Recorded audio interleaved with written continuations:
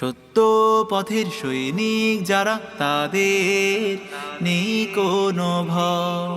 সত্য পথের সৈনিক যারা তাদের নেই পরাজয়। আমার প্রিয় ভাই, আল্লাহ তোমাকে সত্য পথের দিশা দিয়েছেন। এটা তোমার প্রতি মহান রবের অনেক বড় অনুগ্রহ। এখন তোমার জন্য আবশ্যক হচ্ছে তুমি সত্য পথে অটল অবিচল থাকবে, কেননা এ পথে তোমার সামনে অনেক বাধা বিপত্তি আসবে। তোমাকে পার হতে হবে বহু প্রতিকূলতার পাহাড়।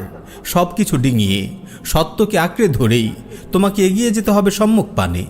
জেনে রেখো, আন্না তারিকাল হাক্কি তাওয়িল, লা ইউহাসিবুকাল্লাহু আলা আদামি বুলুগিল গায়া, ইন্নামা ইউহাসিবুকাল্লাহু আলা আদামি তাওয়াতি আলাইহি, ফাল মাতলুবু হুয়াল ইস্তিকামা ওয়াস সাইরু ফিত তারিকিস সহিহ, ওয়া লাইসা বিদ-দারুরাতি আল উসুলু ইলা আন-নিহায়া, ফাল মুহিম্মু হুয়াল ইস্তিমরার ওয়াত তামাসসুকু বিল হক। নিশ্চয়ই সত্যের পথ অনেক দীর্ঘ। আল্লাহ তোমার কাছে এর গন্তব্যে পৌঁছতে না পারার হিসাব নেবেন না, তবে সত্য পথে তোমার অটল অবিচল না থাকার হিসাব অবশ্যই তিনি নেবেন। সুতরাং সত্যের উপর অবিচলতাই কাম্য। সঠিক পথেই তোমাকে চলতে হবে।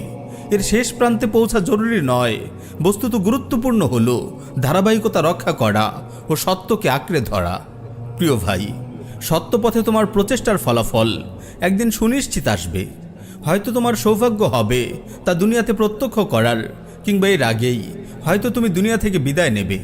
ফলাফল কেমন হবে, কখন হবে, এটা তোমার দেখার বিষয় না। তোমার কাজ সত্য পথে অটল অবিচল থেকে দিনই কর্তব্যগুলো যথাযথভাবে পালন করা। দেখো, নূহ আলাইহিস সালাম তার জাতির কাছে ৯৫০ বছর অবস্থান করেছিলেন। দীর্ঘ সময় তিনি তার জাতির নিকট দাওয়া পৌঁছিয়েছেন। তিনি তাদের দাওয়া দিয়েছেন দিনে রাতে, গোপনে প্রকাশ্যে, বিভিন্নভাবে। তার এত প্রচেষ্টার পরও খুব অল্প সংখ্যক লোক ঈমান এনেছিল। তাদের অধিকাংশই তার বিরোধিতায় লিপ্ত ছিল। তবুও তিনি তার দাওয়াতি প্রচেষ্টা থেকে এক মুহূর্তের জন্য বিরত হননি।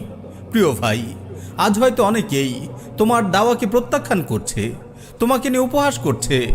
এসব নিয়ে তুমি মোটেও ভেবো না। বিদ্রুপকারীদের বিদ্রুপের বাণ দেখে তুমি ভেঙে পড়ো না, বরং তুমি আনন্দিত হও যে তুমি সত্যের উপর আছো, সত্যের দিকেই মানুষকে ডাকছো। নিশ্চয়ই তোমার রব তোমার এই অবিচলতার যথাযথ প্রতিদান দেবেন। সত্যবাদীদের সাথেই তিনি তোমাকে জান্নাতে প্রবেশ করাবেন। নিশ্চয়ই তোমার রব তোমার এই অবিচলতার যথাযথ প্রতিদান দেবেন। সত্যবাদীদের সাথেই তিনি তোমাকে জান্নাতে প্রবেশ করাবেন।